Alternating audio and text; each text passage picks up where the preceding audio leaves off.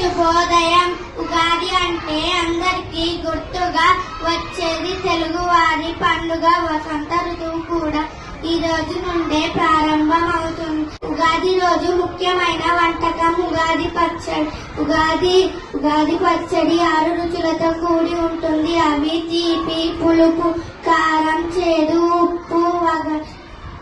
ఉగాది సుఖ దుఃఖాలతో కూడి ఉండే సంవత్సరం. జీవితాన్ని గుర్తుగా తెలుగువారు భావిస్తారు. తెలుగువారి నెలల్లో చైత్ర మాసం మొదటిది.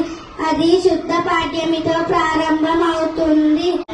అందరికీ విశ్వవాసు నామ సంవత్సర శుభాకాంక్షలు.